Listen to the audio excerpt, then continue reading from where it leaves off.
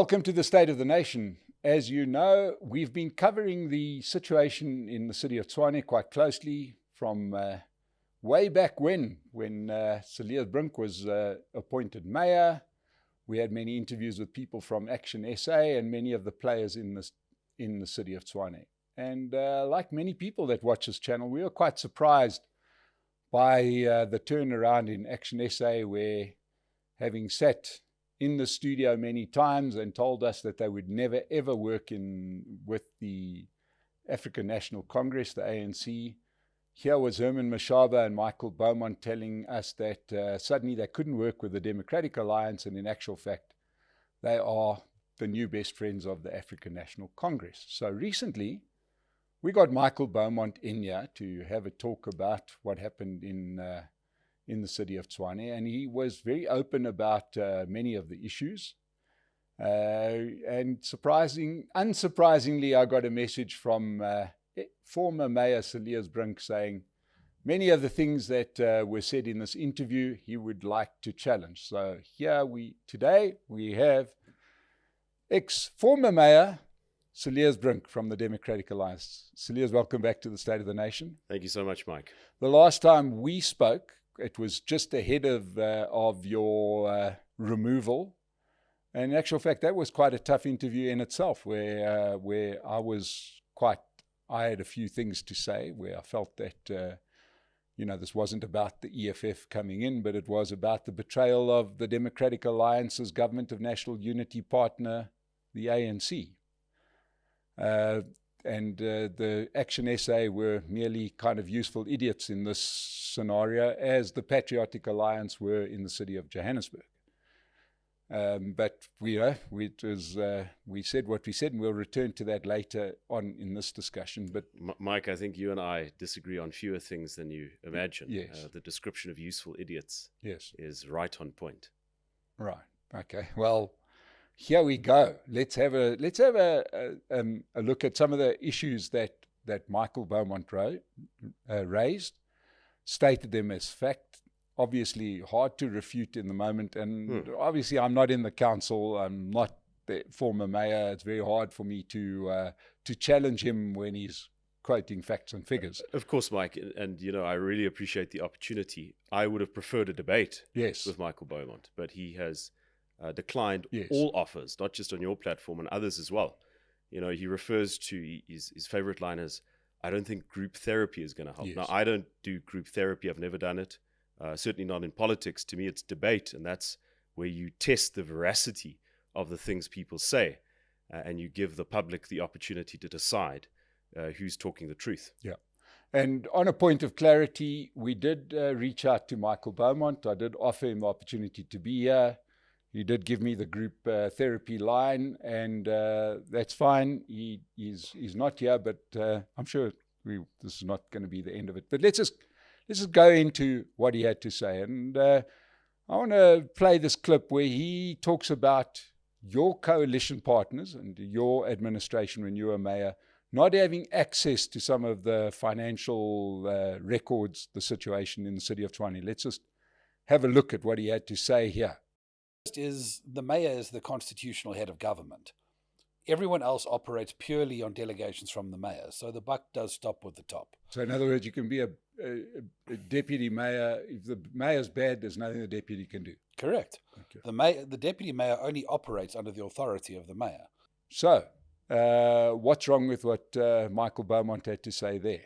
First point is Action SA was in government in the city of Tshwane longer than I was the mayor. They were there at least for a year and a quarter before I was elected mayor. My predecessor in the DA, Randall Williams, described the city's financial position when Action SA was in government with him as being bankrupt. That got him into some trouble. The ratings agencies didn't like it, but there was clearly candor about the financial situation of the city, and why was the city in such a dire financial position starting from 2021 and then deteriorating.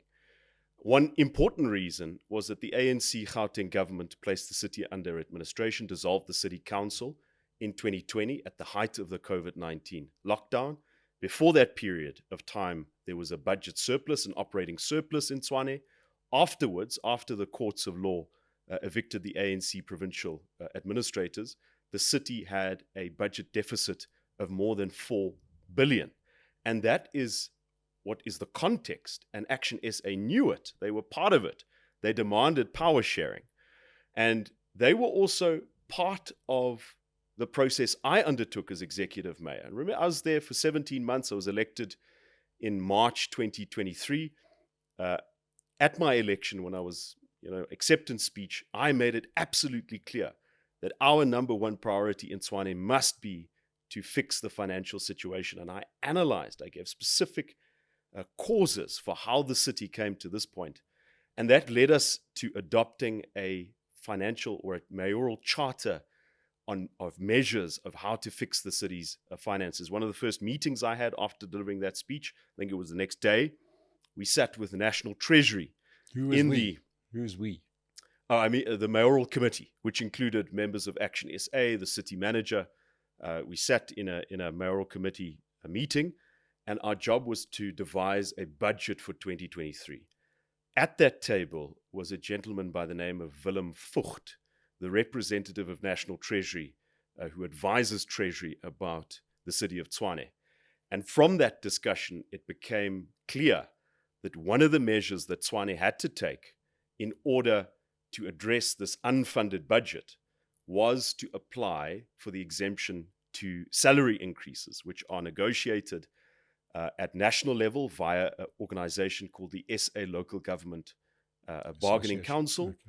And, it's a multi-year agreement. Now, looking forward, a city can't know exactly whether it will have the means to implement every aspect of that agreement. Anyway, that is the context. So everyone who was involved in government in Tshwane, including Action SA, knew that the financial situation was difficult and took part in devising a plan to get us out of that situation, which is, by the way, Mike, now bearing fruit. And maybe we can talk about that a little bit later. We will. So, but just to get this straight, the DA had kind of been running the city of Tshwane since 2016. There was a minority coalition that the DA had the mayor, but there were other parties, the Freedom Front Plus, COPE, and the ACDP. The problem with that coalition, it didn't have a majority, and so you couldn't make key decisions. And eventually that ended in the city being placed under administration when ANC and EFF councillors collapsed meetings. So yes, you had a DA mayor, but one significant fact in which induced a great deal of financial distress was that period of administration. And I want to point out again, before administration, budget surplus. After administration, budget deficit. 8 times, yes, 20 times the size. Without any compensation or explanation from Gauteng after the fact. Right. And that administration, just to be clear, was managed by the Gauteng government. Yes, they dissolved the city council. Now, what the Constitution says, you have to have an election within 90 days after a dissolution. It was COVID lockdown, so you couldn't hold an election. The administrators, which included, by the way, the former mayor of the West Rand district municipality, not known for its excellence in governance, ran the city without a council for a period of 7 months. They were eventually evicted by the Constitutional Court, which found that Gauteng had acted unlawfully. But during that very difficult period for all municipalities, there was just no political leadership. And that was induced by the ANC. And by the way, that very same faction of the ANC that Herman Mashaba has now made a deal with to govern Tshwane along with the EFF. There was a Gauteng government headed by David Makura. David Makura, Lebogang Mahile was the MEC for local government. Interestingly now, the new MEC for finance. On that provincial executive was also Panyaza Lesufi. Right. And so when you become mayor, you've got a 4 billion rand deficit. Well, it was around about there. I think it was about 3 billion. It had slightly recovered. My predecessor took initiatives like Tshwane Yatima, which, superpowered the credit control and so forth. But it was a situation that was clear to everybody. Okay. And the number one priority that I repeated over and over again, also on your show, was we've got to get the finances right. So any claim by Beaumont or anyone else in the Action SA that they didn't know or that there's something to reveal is complete rubbish. Another claim that he made was that in the middle of all of this financial turmoil, the National Treasury were prepared to step in and rescue the city and give you advisors that were going to fix this place. And in your arrogance, you turned down that offer. Let's just roll that clip. Even worse than that, the city refused it. So, as a coalition partner, we found out after the fact that National Treasury had made an offer to Cilliers Brink to stabilize the city and offer massive financial resources to stabilize its position. But their requirement is they will put a CFO in place to oversee it, which, if you understand National Treasury, they have really competent, high-quality people in their financial services. And it was refused. Now, how, when you can't meet your obligations like that, do you refuse an offer of that nature? And how do you do it without your coalition partners? Okay, so Cilliers, tell us about this. National Treasury, were they prepared to bail out City of Tshwane, and did you tell them to leave you alone? Now, let me make this absolutely clear. National Treasury does not bail out metros. Doesn't happen. There's no basis for it. And at no point did National Treasury offer the City of Tshwane money on condition that we appoint their CFO. Because if they had made that offer, Mike, we would have accepted it. What they did offer was to send technical experts to the city in the time that it took the new city manager and the political leadership to recruit a permanent CFO, which we did, by the way. And you know what we said, Mike? We said, absolutely, send those people. Their names were Davi Moka and Piet du Plessis, and I worked closely with them. They were also known to the mayoral committee. They made various presentations, including to Action SA's members of the mayoral committee, and they were an integral part of devising the financial recovery plan which the city is currently implementing and which is producing results. But you know what? If Michael Beaumont is willing to make up stuff like that, what else is he being untruthful about? And, you know, the temerity just to make claims like that. The contribution of those individuals, and Piet du Plessis, he's passed away since, but those contributions are at the heart of what the city is doing in fixing the tariffs, the metering, the billing, the dispute resolutions, the credit control and debt collection. The city is also now reviewing tariffs and property rates. So those contributions were accepted. And then for Beaumont to claim that they now have to devise some other plan is really scary, because that means that they now want to discard the work that's gone into the plans that have been supported by National Treasury. As a matter of interest, how long did did you work in hand with these Treasury officials, and are they still working with the city now? So the deal was, I think they were there for about a year, but when Tshwane recruited a new CFO, basically Treasury told us, you know, there's no justification for their continued involvement, and they were withdrawn. But they made a significant contribution. And Mike, what I'm telling you now, any member of the Tshwane Mako or the city manager, Johan Metler, can tell you. Yeah, and probably the deputy mayor, who is the current mayor, exactly. would know exactly about this. And we are waiting to interview the current mayor, just trying to align diaries. So let's put that one aside, just so that you know. We will be hearing from Dr. Moya and get her perspective. Part of the whole financial plan was centered around the salary increases for employees. Like every other metro inherited in this country, we've got a massively bloated payroll relative to income. Now, anyone that understands business knows that you can't pay more than you're receiving. One of the biggest expenses that the cities have is staff at really inflated prices, inflated salaries, and you held firm on implementing an agreed salary increase, as I understand.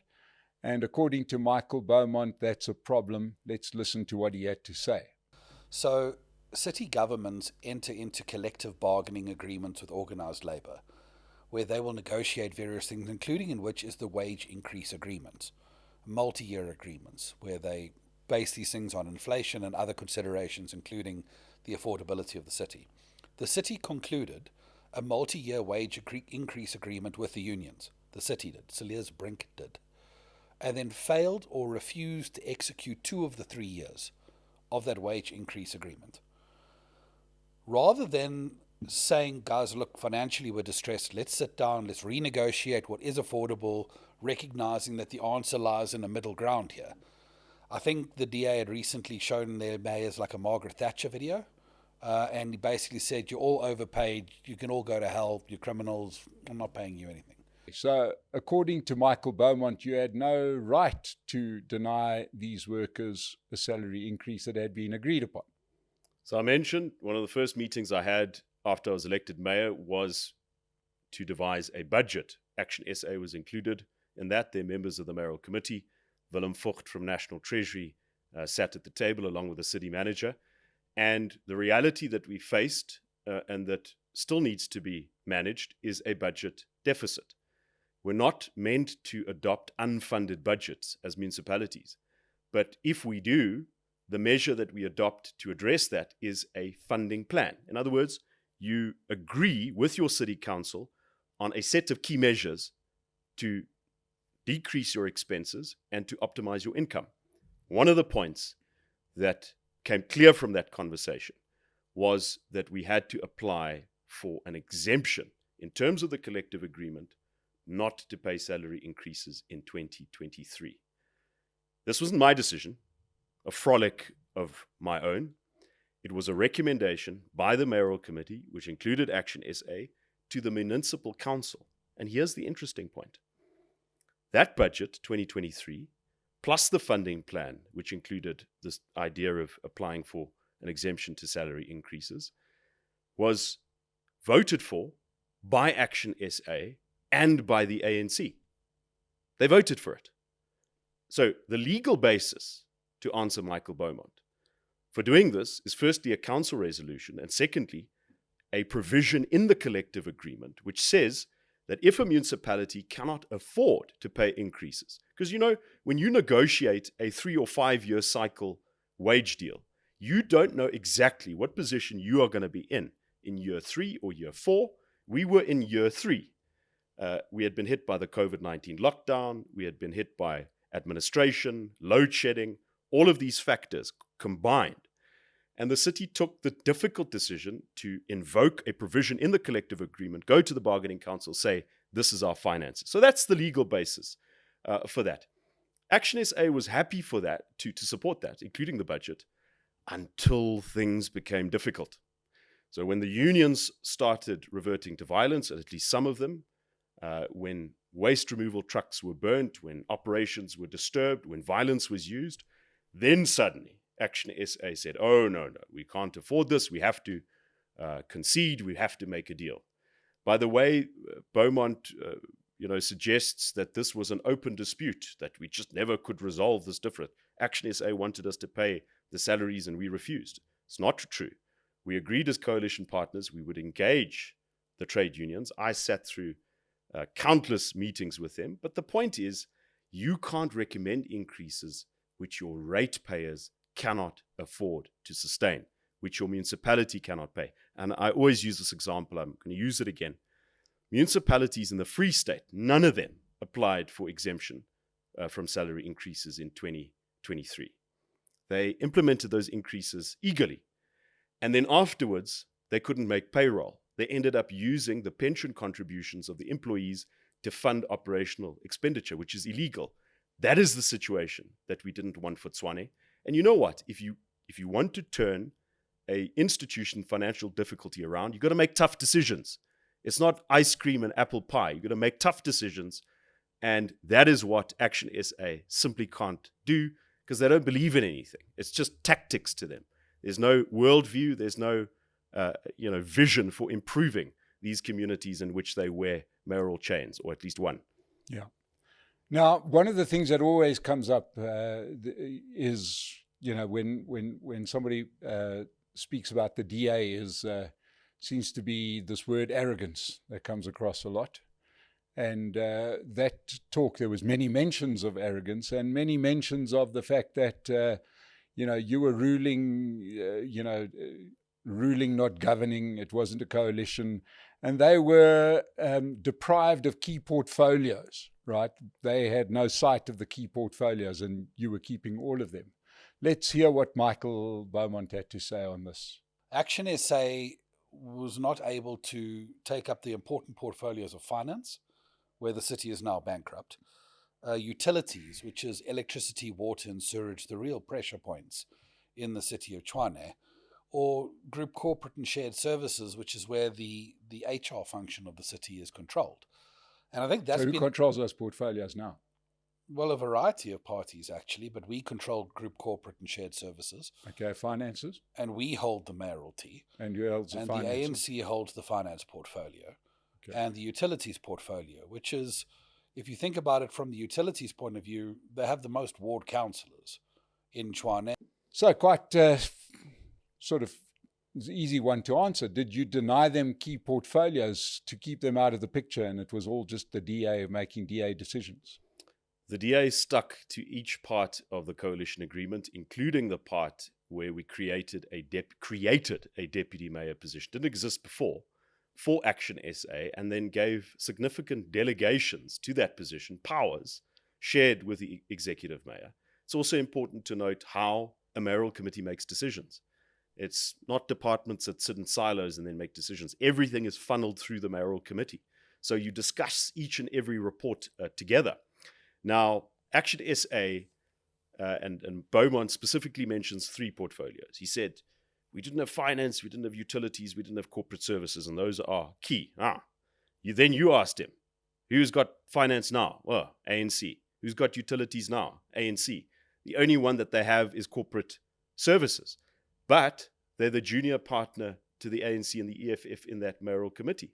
So is the case that Action SA is honestly making to the public that they can better address the financial problems of the city, service delivery priorities, by replacing the DA, the Freedom Front Plus, and the IFP with the ANC and the EFF? Is that honestly the case?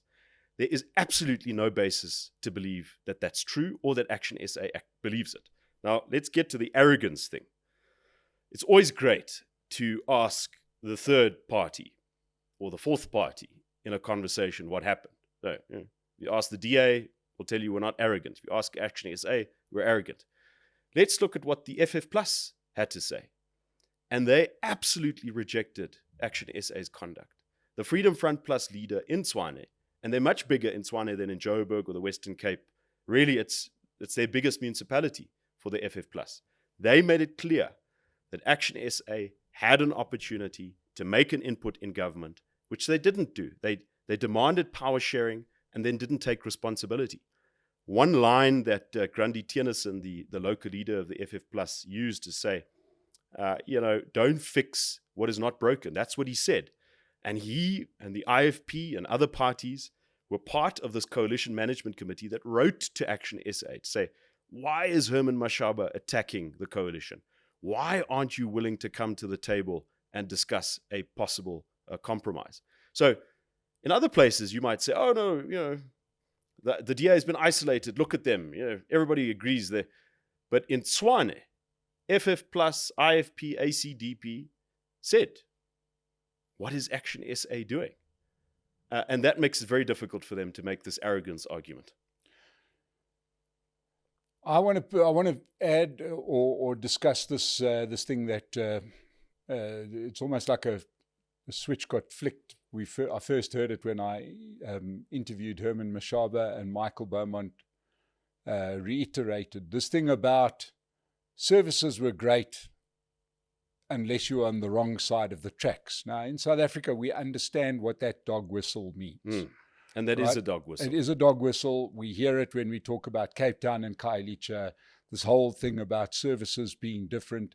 And, straight out what you're implying is that it's a racist organization that will only provide services in the formerly white areas. Let's hear what he had to say. And I'm not accusing anyone of racism. What I'm saying is when we analysed service delivery experiences in the city of Tshwane, what it revealed was a massive bias in favour of the suburbs, where 2/3 of people in suburban communities are reporting matters progressing. And 75% of people who live in townships are saying things have gotten worse or stayed the same. Now, I'm not producing that situation. We've analysed that situation in a survey conducted with enough residents of Tshwane that is a 2% margin of error. The fact that that has been a skewed pattern of service delivery that has arisen under Cilliers, Brink and his predecessors is a real concern. And by the way, I'm not sure if you caught the interviews with Randall Williams, the previous mayor before Cilliers Brink, who is confirming basically everything that I'm saying. So, Cilliers, did you only give services to formerly white areas and withhold services in the black areas of Tshwane? The short answer, no. The city spent and continues to spend, because that's the budget we approved, the majority of the capital budget in the townships. The biggest single capital project was the upgrade of the Rooiwal wastewater treatment plant. The additional initiative taken by the city to take hands with national government to have a package plant constructed on the Pinaars River to get the people of Hammanskraal clean water in their taps. All of that energy, all of that was devoted to the well-being of township residents in a particularly rural and historically neglected part of the city. So these claims are absolute rubbish. I can refer to other things we did. Stood up to waste removal contractors who refused to submit to performance standards. And it is by tightening those screws that we improve waste collection in the townships. But more concerning about these remarks and the way they're framed, it's almost as if Michael is sitting there with the ANC and the EFF playbook, trying to portray the DA as only caring for wealthy folk. The more worrying aspect is the philosophy behind it. And that is that South Africa is a zero-sum game. If we do something for the benefit of townships, then necessarily suburbs must be disadvantaged. If we do something for suburbs, then townships must be disadvantaged. South Africa is not a zero-sum game. The essence of changing this place, of governing better than the ANC, is the realization of a common interest between South Africans, whether wealthy or poor, black or white. We all use the same infrastructure. We need the economy to grow. We need waste collection to happen. And by the way, if those things don't happen where there's business, where there's industry, there won't be jobs, there won't be opportunities. So this idea that we're just two societies and political parties have to position themselves on which side, that's complete rubbish. And that shows you how very little of a substance there is to Action SA. If you want to vote for Action SA, just go to the original, vote for the ANC or the EFF. But, there's one more point. Tshwane's capital budget is indeed too small. And it is because of financial difficulty, political instability. Just every time you have a mayor that initiates something, you've got council meetings disrupted, you've got administration, you now have a motion of no confidence.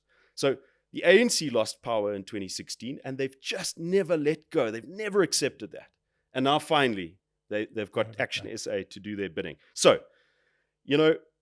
the important point to make here is if you want to improve service delivery to the whole of the city, but in particular to poor folk, where there is the development backlog, we need to fix the finances, because if we do that, we can generate savings and borrowings to build infrastructure. That's the key. How do you build infrastructure? And that is exactly what the city of Tshwane, under my leadership, was busy doing, and what is now at risk with the games Action SA has been playing. Now, you subsequently lose your position as executive mayor of the city of Tshwane. You're back as a normal councillor. And it didn't take long, just this week, for the DA to be forcibly removed from a council meeting. Tell us what happened. Yeah, so you would have seen the images of when I was voted out as executive mayor, pretty unedifying for many of the councillors on the side of the ANC, the EFF and Action SA, as well as the support staff that work in those caucus offices. People being pushed around, jeering and threats and so forth. My response to that when I was asked about it is, well, that's quite normal. When we were in government, that's what the ANC and the EFF used to do. They used to use a physical battering ram to disrupt council meetings and to threaten officials. And this had a particular effect on your female councillors. Yeah? Those folks have to come there and endure these meetings and then go home, often late at night, with these threats. They have to walk to parking lots. So you sort of band together.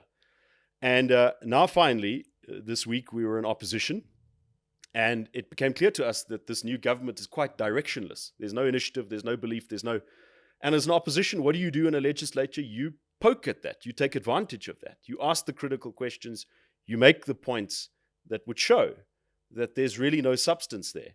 And after a while, I think the speaker became quite frustrated with how badly his coalition was looking.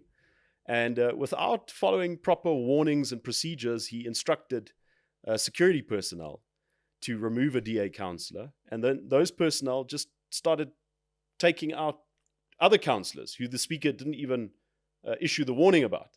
So it ended in chaos and terrible scenes once again, with the ANC, EFF, Action SA councillors standing on this side, swearing and jeering. And now whereas in the past, the speaker permitted, who's in this ANC, Action SA, EFF coalition, he permitted the opposition to use violence. And one of the MMCs said in one of the past meetings, he said, I want the blood of an Afrikaner on the floor. Now he's MMC for environment and agriculture under this Action SA-led code. Anyway, so that's what you had before. Now you have the resources of the municipality being used against the opposition. And it's a tough environment, but it won't deter us. It won't deter us from asking the critical questions, participating in the committees, and keeping the public informed of what is happening. One of the questions that I raised, or issues that I raised, was the improved audit outcome from the Auditor General, which Michael Beaumont was quick to downplay. He said it was not really an achievement to have an improved audit outcome. Why aren't you getting an unqualified audit outcome? What do you say to that? So the key thing is, if you get a bad audit outcome, you have to respond to the findings of the Auditor General. Before I became mayor, the city received an adverse audit. And I've used the metaphor, that was like a plaster being ripped off a wound that had long been festering. The findings that the AG made in that year, which was 2022, included stuff that went back as far as a decade. Property, plant and equipment, the management of creditors and so forth. But hadn't the DA been heading up that council for 6 of those 10 years? Yes, indeed. That's correct. And that's what you do. You take responsibility. You say, what were our erroneous assumptions? So for instance, money was spent to do an assessment of the assets of the city, property, plant, and equipment. A lot of money was spent on that. And the AG said, no, listen, you are not even using what this company had discovered. So when I became mayor, that was my determination. Take what the AG has given us and fix it systematically. And we took the city from an adverse audit to a qualified audit. And we are now set to receive an unqualified audit. The credibility of the financial statements have improved. The unaudited results, which National Treasury has published on their website, also indicate improved current ratio. Yes, the city of Tshwane is still in financial difficulty. We can't be in denial about that. But now you have this new mayor who can speak about settling Eskom debt and reaching revenue targets. Why? Because the work was done under my leadership. Now, Cilliers, I'm a long-suffering resident of Johannesburg, and for the last couple of years, last 3 years, I suppose, we've had puppet mayors. Mayors from these minority parties. We went through the whole list of Al Jamar members. We've had all sorts of people, puppet speakers. We've had all kinds of things. We now have, I have to say, one of the first honest politicians I've seen in South Africa. No, he is. He's my favorite, and that's Dada Moreira, because Dada Moreira, in his initial speech, said he'll do nothing as mayor. Yes, what a compelling case. It has been a compelling case, and I've got to hand it to Dada Moreira, and to anybody that's listening, please pass the message on. He has stuck by his word. He's done nothing as mayor. But I want to go back to the puppet mayor period, because there's obviously a playbook here, because we got the same thing in the east, in Gqeberha, Kuruleni, and now in Tshwane. What do you think is the outcome, with the puppet mayor situation? Because we could see what happened in South Africa. Nobody could, in Johannesburg, where no decisions were made. The powers behind the throne hold them to threat all the time and steal everything. I think the most important point to make is that nothing really changed between Gwamande and Morero. The puppet mayor system is to cover up the fact that the ANC and the EFF have effectively formed a coalition, and then to place a third party in a position where they can be blamed for the results. So things haven't really improved in Joburg with the puppet mayor being removed. Things are unfortunately probably going to deteriorate in Tshwane, because the ANC and EFF will make the key decisions. And if things go wrong, they'll just blame it on poor Nasipi Moya. But she knew this before she accepted the position. So what you do is you just create, let's hold on for this. No problem. What happened there? I'll see that. Oh, it's back on. It's back on. All right. We don't have to redo everything. No. We're going to go. Yeah. Okay.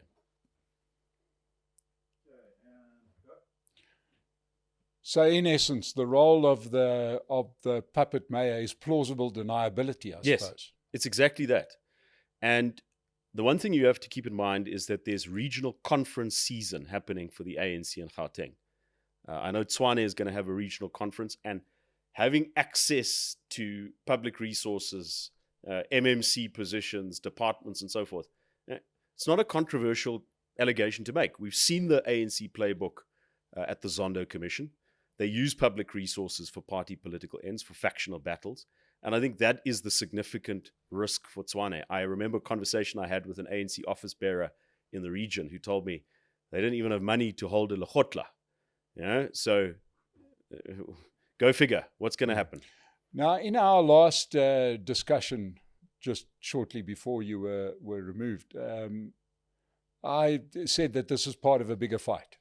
Right, Tshwane was just merely another battle in the war, and the war is for power within the ANC.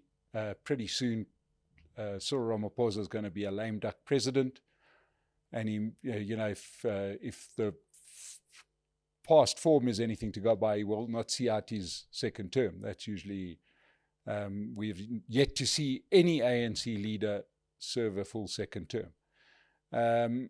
And clearly, one of the pretenders to the throne is the current Premier of Gauteng. Do you see the city of Tshwane and the metros in Gauteng as just being battles in this war? I think that's a very accurate description of what eventually happened, because, of course, the ANC had the option of negotiating some kind of a stability pact with the DA, the FF Plus, and the IFP, which would have precluded the EFF from being invited into government. And I know you get irritated when I mention the EFF, but they represent a particular direction in the country, also a direction that resonates within the ANC. And we can broadly describe it as the RET faction, extremely racialized. So everything becomes a fight between black and white, that zero-sum game society that Michael Beaumont also now believes in. It's all about state control and using state resources to protect compromised individuals and to fund political operations. And clearly, the balance of forces have tilted in Gauteng in favor of the faction of Panyaza Lesufi and other characters in the ANC Provincial Executive Committee. Your description at the beginning of Action SA being the useful idiots in this is exactly right. Herman Mashaba is a highly mercurial personality, very easy to manipulate once you know what his grievances are and so forth. He just never comes across as rational. And that person becomes very dangerous in the hands of people with serious, cold, collected intentions. And quite right. Gauteng is the place where the battle is happening. And unfortunately, it seems that those RET factions in the ANC have the upper hand here. Whether there's a longer game, and listen, Mike, I don't want to speculate about the, obscure inside politics of the ANC. Who knows how folks are connected to each other? But it certainly seems that assessment of Gauteng is correct. But you can speculate, and I would like you to speculate on the obscure inside handlings within your party, the Democratic Alliance. And I would argue that it's less obscure. Well, it's more interesting to me because, the ANC, we understand the ANC. We've had 30 years of track record. But I'm failing to see what the DA's plan is, especially with regards to Gauteng. Especially with regards to the government of national unity. They seem to be so comfortable in those few ministerial roles they've got, and maybe it's the blue lights, maybe it's shaking Xi Jinping's hand. But it doesn't seem like the DA has ambitions at all, right, outside of the few seats in Parliament in the Western Cape. That seems to be the plan. I see no ambition. I see no view in the DA of them looking to expand and open up and become a party for more South Africans, right? Do you know something, and am I completely wrong? So the DA's objective in the government of national unity is twofold. One, keep the RET forces, those factions of the ANC now known as the EFF and MK, out of government, because once you have them in there, it could tilt the country completely in the opposite direction, with state ownership, confiscation, racialized, hyper-racialized policy, even worse than there is now. Now, you can argue that's not really a threat, but on our estimation, surely, sorry, just on that point, because that point drives me mad. I hate that point because we lived under it. Okay, we lived under it for 20-something years. Surely the antidote to that is not to fight it, but to build this side, which is the bigger side. Well, I don't see the DA doing that. You have to make sure that once you inherit government, that there is something to inherit, right, that everything hasn't been completely destroyed. Okay. And the country's vulnerability... Are you saying that the DA is looking at inheriting something? And how? Well, if I can finish the answer. Okay. So, of course, the DA has aspirations to direct the policy in the direction of the country. But in order for there to be a country, in order for there to be a position for the middle class to grow the economy, to address the developmental issues that we have, we've got to stop certain damage from happening. Now, Cyril Ramaphosa takes responsibility for his part of the ANC.